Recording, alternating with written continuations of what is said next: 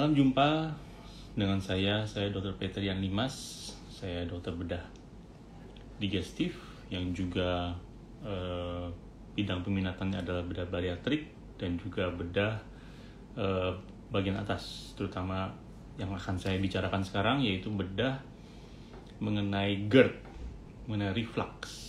Ya, jadi GERD itu sebenarnya, selamat malam. Terima kasih sudah mengikuti. Hari ini saya akan bicara tentang GERD, tentang reflux, asam ke atas. Ya, GERD ini sebenarnya menarik karena begitu banyak orang yang sebenarnya menderita GERD ini atau reflux asam lambung naik ke atas. Ya, saya menemukan banyak sekali dari pasien saya keluhannya adalah demikian. Memang GERD ini bisa bervariasi, mulai dari yang ringan sampai yang berat. Ya, ringan hanya sedikit-sedikit rasa heartburn, yaitu panas, pedas, padas. Untuk nanti pertanyaannya belakangan. Untuk setelah makan asam misalnya akan merasa panas di daerah ulu hati. Nah, yang berat ya itu benar-benar parah. Ya, yang berat tuh benar-benar sampai tidurnya terganggu, batuk nggak mau hilang-hilang karena asamnya masuk ke dalam saluran nafas, giginya bisa rusak. Ya, benar-benar kadang-kadang orangnya benar-benar menderita sekali. Tapi demikian juga orang-orang ini kadang-kadang kalau ditanyakan, Pak, sebenarnya keluhan Bapak ini bisa hilang dengan pembedahan. Mereka kaget, ya, karena belum pernah dengar sama sekali bahwa ada tindakan pembedahan untuk GERD. Ya, padahal orang-orang ini menderita dengan sudah bertahun-tahun. Nah, sedikit membalik tentang GERD ini. Ya, GERD ini sebenarnya terjadi berbagai hal. Ya, kalau kita lihat gambar diagram suatu kerongkongan, ya, GERD itu terjadi karena kebanyakan adalah karena otot di sini. Ya, kita lihat bisa ada otot di sini. Ya, ini otot kadang-kadang lemah. Jadi dia sebagai pencegah pintu bahwa asam di dalam lambung ini tidak naik ke atas. Kadang-kadang dia lemah, terlalu longgar. Itu yang utama. Kadang-kadang kerongkongan kita itu mempunyai dorongan supaya asamnya naik akan langsung dorong ke bawah lagi. Itu dorongan itu juga kadang-kadang kurang baik. Atau asam lambungnya berlebih, atau asam lambung ini kurang didorong ke bawah. Ya, masih banyak ngumpul di perut. Hal-hal yang lain misalnya ada hernia. Perutnya ini naik ke atas, ya. Naik ke atas ke dalam rongga dada. Itu juga bisa menyebabkan suatu GERD. Nah, GERD ini pertama-tama memang selalu tidak bisa kita langsung loncat. Asam lambung langsung bedah. Tidak. Pasti akan ada tahapan-tahapannya. Mulai dari yang paling penting adalah modifikasi gaya hidup. Ya, makan obat 30 menit sebelum makan. Ya, obat PPI biasanya, pantoprazol, omeprazol yang golongan-golongan itu. Turunkan berat badan. Ya, ranjang bagian kepala yang naikkan. Jangan berbaring setelah makan, biar makan lewat dulu. Berhenti merokok. Hindari ada makanan tertentu, coklat, kafein, pedas, alkohol, cola. Hindari makanan tinggi lemak, karena makan tinggi lemak ini biasanya akan mengurangi pengosongan lambung, jadi asamnya lama di lambung. Permen karet, ya, liur akan menetralisir asam sehingga akan menghilang. Itu bisa, tapi ada batas waktunya dan tentunya. Ya, jangan sampai kayak pasien saya bertahun-tahun dia menderita ini sampai tidur harus bangun karena tidak tahan karena panas. Ya, nah, gejala lain, ya, asma. Ya, asma juga bisa menyebabkan. Kemudian radang paru berulang. Ya, tadi saya bilang batuk-batuk sering. Ya, kemudian suara serak. Ya, saya ada penyanyi yang keluhannya GERD sampai suaranya jadi serak. Ya, kemudian yang lain adalah kehamilan, obesitas. Ya, ada pylori, obat-obatan kadang-kadang ada. Ya, tapi GERD ini penting.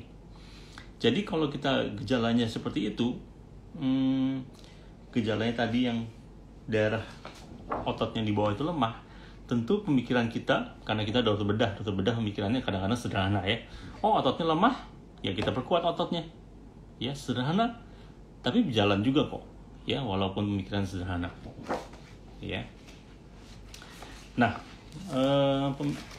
kalau ini adalah lambung, ya ini adalah lambung, ini adalah kerongkongan masuk ke dalam lambung, maka kita berusaha memanfaatkan ya bagian dari lambung ini sebagai pembuat katup.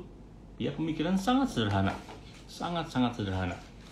Artinya lambung itu kita lepaskan bagian sebelah sininya, kita longgarkan, kita tarik dari belakang, kita lipat dan dijahit. Tindakannya sederhana sekali. Ya. Artinya ini akan menjadi suatu katup bagi asam supaya tidak bisa naik ke atas.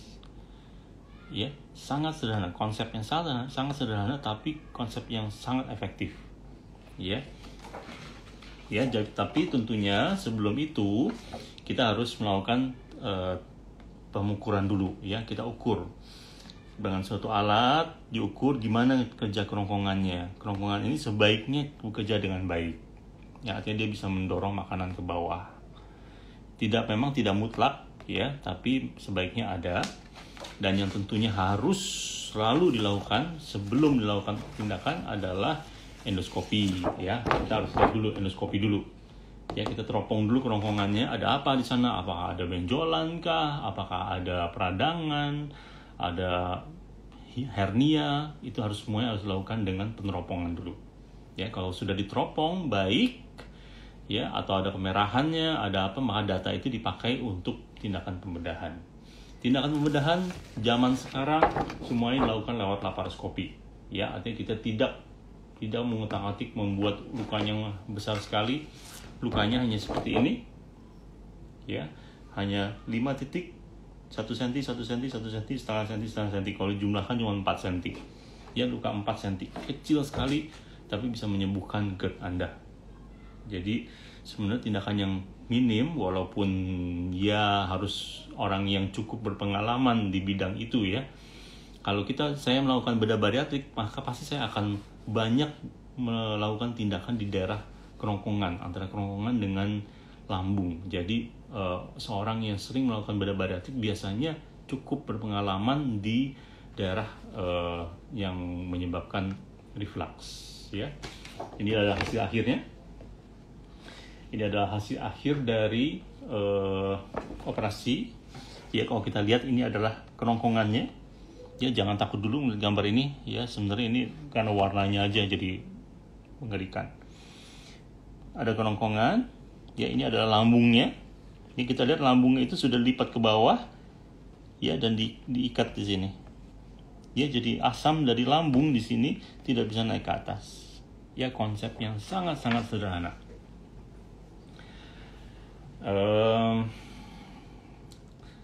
Sayang sekali memang konsep operasi atau tindakan pembedahan untuk reflux ini belum umum diketahui orang.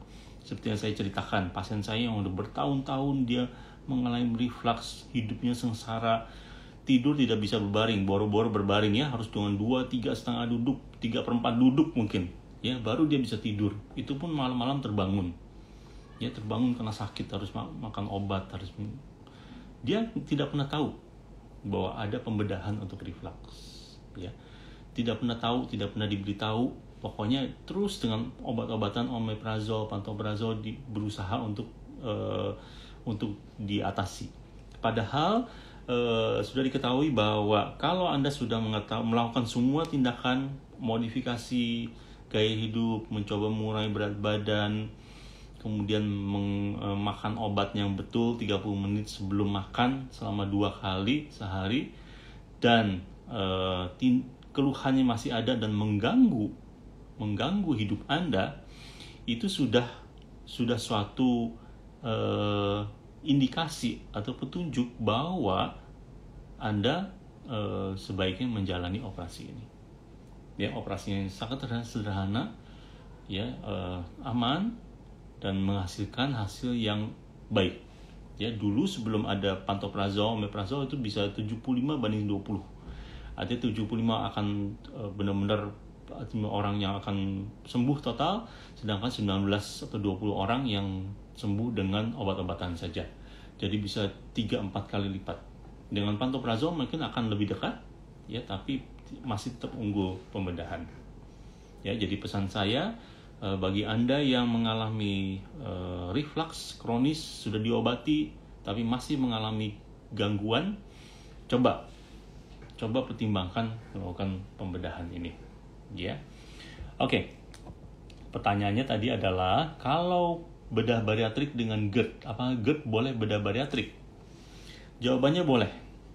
Ya, jawabannya boleh. Ada berbagai pendapat di sini tentang bedah bariatrik dengan GERD. Ada yang menyatakan